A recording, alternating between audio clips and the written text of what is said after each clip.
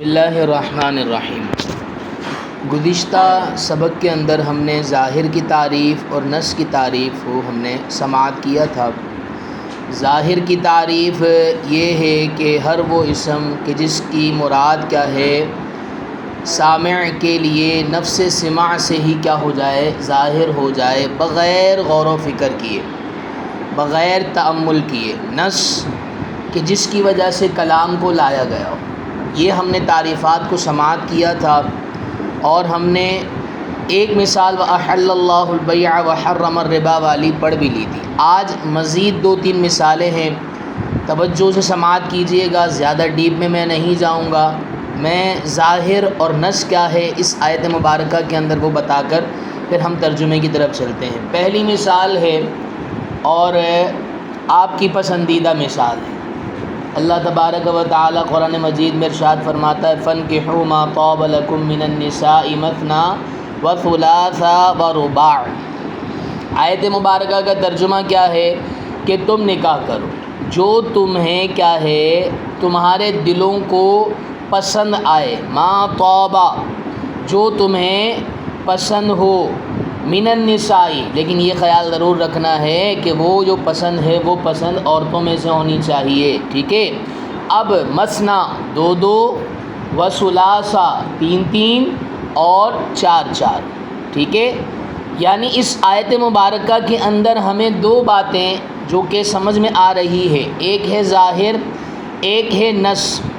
جیسے ہی آیت مبارکہ کا لفظ آیا فَانْكِحُوا، انکحوا، یہ کیا ہے، امر کا صیغہ ہے، ٹھیک ہے، امر حکم کے لیے آتا ہے۔ تو گویا کہ جیسے ہی یہ آیت مبارکہ ہم نے سنی تو فوراً پتہ چل گیا کہ نکاح مرد کے لیے مباح ہے۔ نکاح کیا ہے، مرد کے لیے مباح ہے۔ مطلق نکاح کے حوالے سے یہ آیت مبارکہ ظاہر، تم نکاح کرو، تم کیا کرو، نکاح کرو، ٹھیک ہے۔ بھائی بتائیے، کیا جب آپ کو یہ آیت مبارکہ کا ترجمہ پتہ چلا تو فوراً سے بیشتر یہی آیا نا کہ نکاح جائز ہے، نکاح کیا ہے، جائز ہے، نکاح کیا ہے، مباح ہے، ٹھیک ہے۔ اچھا، اب یہ آیت مبارکہ کے لانے کا پرپس کیا ہے، وجہ کیا ہے، ٹھیک ہے، کس وجہ سے آیت مبارکہ کو لایا گیا؟ ذہن میں یہ سوال پیدا ہوتا تھا کہ کتنے نکاح کر سکتے ہیں؟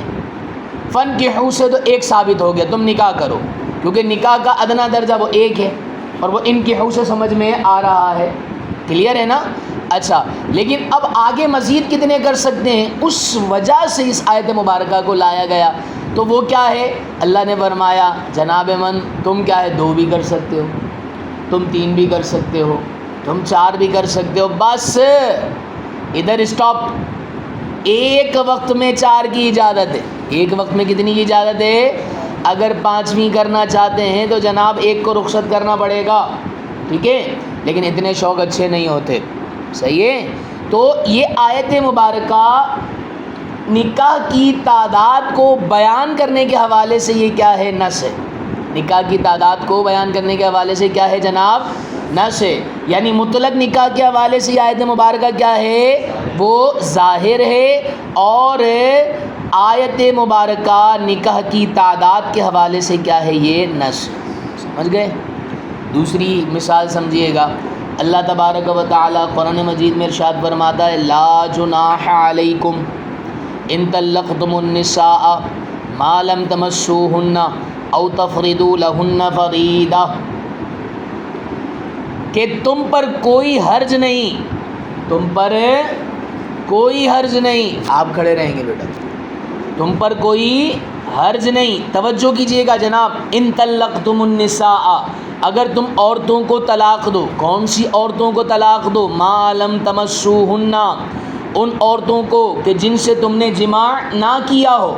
دیکھیں تمسوہن کے نیچے کیا لکھا ہوا ہے، ای لم تجامعوہن، کہ جن سے تم نے کیا ہے، نکاح طلاق تو دے دی لیکن ان سے تم نے ہم بستری نہیں کی۔ او تفرضوا لہن فریضہ، یا پھر ایسی عورتوں کو تم نے طلاق دیا کہ جن کے لیے تم نے کیا ہے، کوئی حصہ مہر کا مقرر نہیں کیا تھا، حصہ کوئی مہر کا مقرر نہیں کیا تھا۔ اب دیکھیں یہ آیت مبارکہ کا ترجمہ تھا، کتاب نکالیں، کھڑے رہیں تھوڑی دیر، جلدی جلدی بیٹا. یہ آیت مبارکہ نص ہے، یہ آیت مبارکہ نص ہے اس عورت کے حوالے سے کہ جس کے لیے مہر مقرر نہیں کیا تھا، جس کے لیے مہر مقرر نہیں کیا تھا. یعنی مطلب یہ ہوا کہ جن کے لیے مہر مقرر نہیں کیا تھا، جن کے لیے مہر مقرر نہیں کیا تھا، اگر ان سے بھی نکاح کر لیا جائے تو نکاح ہوگا، کیونکہ اس آیت مبارکہ میں بتا رہے ہیں کہ تم ان کو طلاق دے سکتے ہو، تم ان کو طلاق دے سکتے ہو. یہ آیت مبارکہ اس حوالے سے نص ہے. کس حوالے سے نص ہے؟ کہ جس عورت کے لیے حق مہر مقرر نہیں کیا تھا، حق مہر مقرر نہیں کیا تھا، اس عورت کے حکم میں یہ آیت مبارکہ کیا ہے؟ نص ہے. اچھا ظاہر کس حوالے سے ہے؟ ظاہر اس حوالے سے ہے کہ مرد کو اختیار ہے کہ وہ طلاق دے دیں. کس کو اختیار ہے؟ دیکھیں نا، لا جناح علیکم ان طلقتم النساء، کوئی حرج نہیں اگر تم کیا ہے عورتوں کو طلاق دو. بھائی عورتوں کو طلاق دیں گے تو دینے والا کون ہوگا؟ دینے والا کون ہوگا؟ یعنی اس آیت مبارکہ کے اندر جو ایک مفہوم ہے وہ مفہوم یہ ہے کہ طلاق کا جو اختیار ہے دینے کا وہ کس کو ہے؟ مرد کو ہے. یہ ظاہر ہے. اور جن عورتوں کا حق مہر مقرر نہیں کیا، ٹھیک ہے، تو ان کے حوالے سے یہ آیت مبارکہ کیا ہے؟ نص ہے. یہ آیت مبارکہ کیا ہے جناب؟ نص ہے. ٹھیک ہو گیا. پہلی مثال ہم نے فانکحوا ما طاب والی پڑھی، اس کے اندر مطلق نکاح یہ کیا ہے؟ ظاہر اس کے حکم میں، اور تعداد نکاح کے حوالے سے نص ہے. دوسری آیت مبارکہ پڑھی تو مطلق طلاق کا جو اختیار ہے وہ مرد کو ہے. یہ آیت مبارکہ اس حوالے سے ظاہر ہے. اور جس کے لیے، جس عورت کے لیے حق مہر مقرر نہیں کیا، اس عورت کے حکم میں یہ آیت مبارکہ کیا ہے؟ نص ہے. ٹھیک ہے. تیسری اور آخری مثال کس کی؟ ظاہر اور نص کے اعتبار سے. اللہ کے پیارے نبی صلی اللہ علیہ وسلم نے ارشاد فرمایا من ملک ذا رحم محرم منہ عتق علیہ، کہ جو بھی کسی مفہوم ہے اس کا کہ جو بھی ذی رحم محرم کا مالک ہوا تو اس پر وہ کیا ہے؟ آزاد کر دیا جائے گا.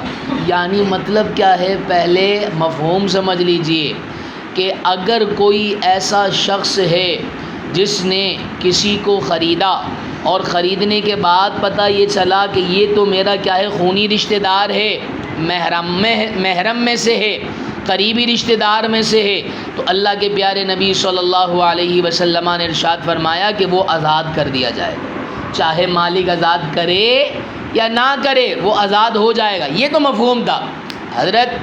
اب چلیے اس حدیث مبارکہ کے ظاہر کی طرف اور حدیث مبارکہ کے نص کی طرف کہ کس وجہ سے اس حدیث مبارکہ کو بیان کیا گیا ہے. کوئی نہ کوئی وجہ تو ہوگی.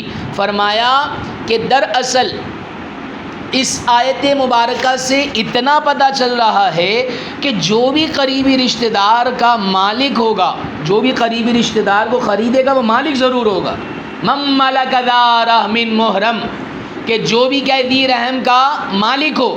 مطلب اتنا ضرور پتہ چل رہا ہے کہ اس کی ملکیت میں آئے گا، اگرچہ لمحہ بھر کے لیے آئے، اگرچہ لمحہ بھر کے لیے آئے، لیکن وہ مالک بنے گا. اس لفظ سے من ملکا، جو مالک ہوا.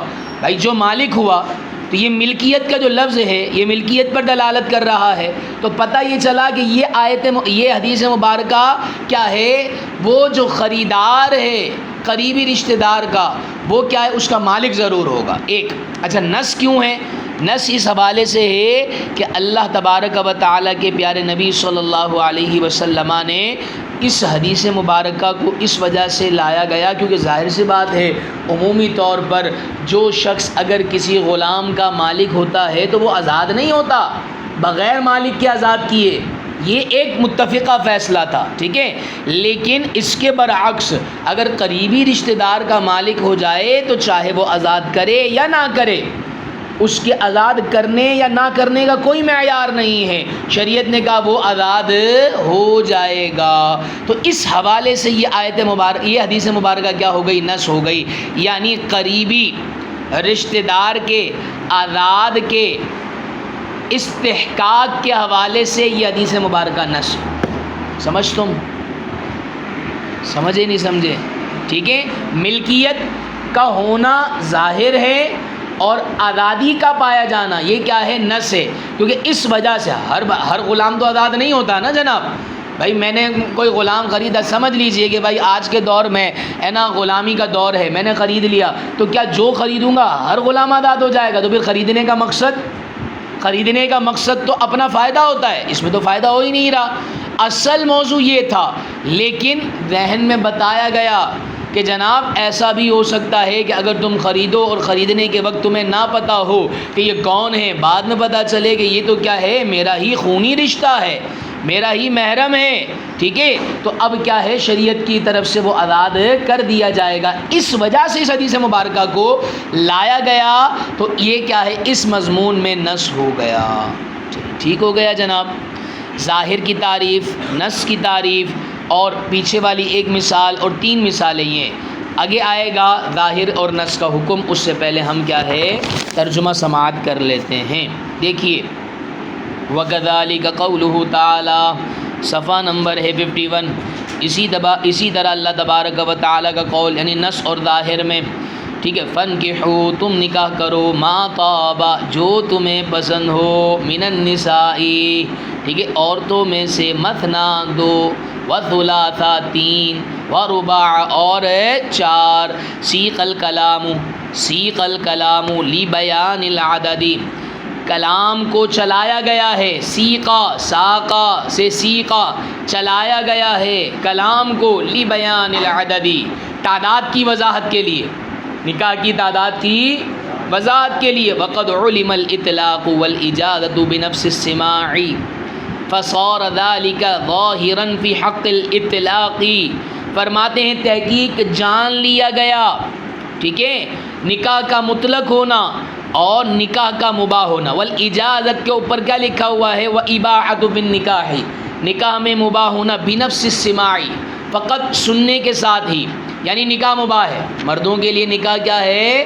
مباح ہے، فقط سننے سے یہ بات سمجھ میں آئی، فصار ذلک ظاہرا، تو یہ کیا ہو گیا؟ ظاہر ہو گیا، فی حق الاطلاق، مطلق ہونے کے حق میں، نکاح کے مطلق ہونے کے حق میں، نصا فی بیان العدد، نص ہے تعداد کی وضاحت کے بارے میں۔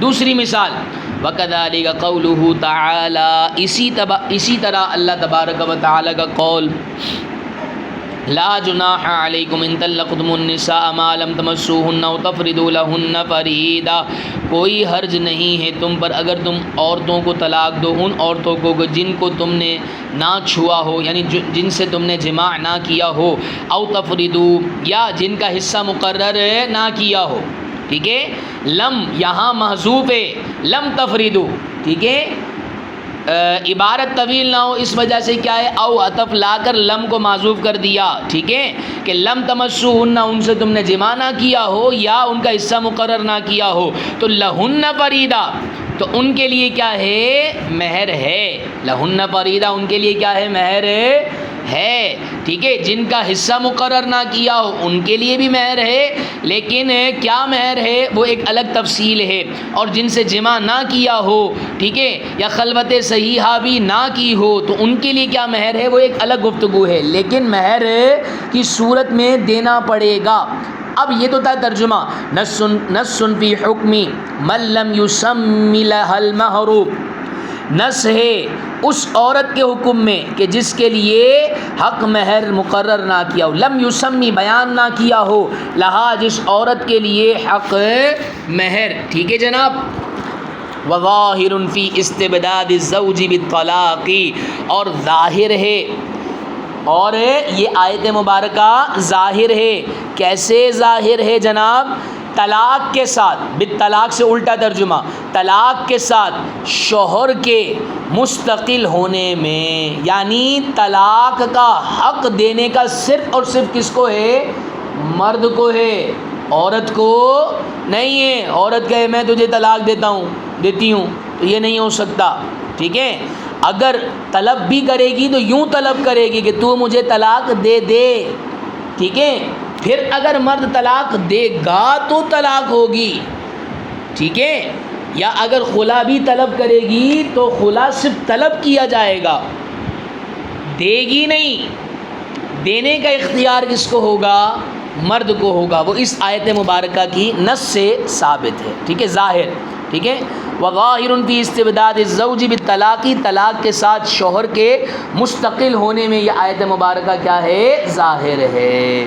وَإِشَارَةٌ إِلَىٰ، اور اشارہ ہے اس آیت مبارکہ میں الا، اس بات کی طرف کہ ان النکاح بدون ذکر المہر یصح، کہ اگر نکاح کے اندر مہر کو ذکر نہ بھی کیا جاوے تو نکاح صحیح ہے۔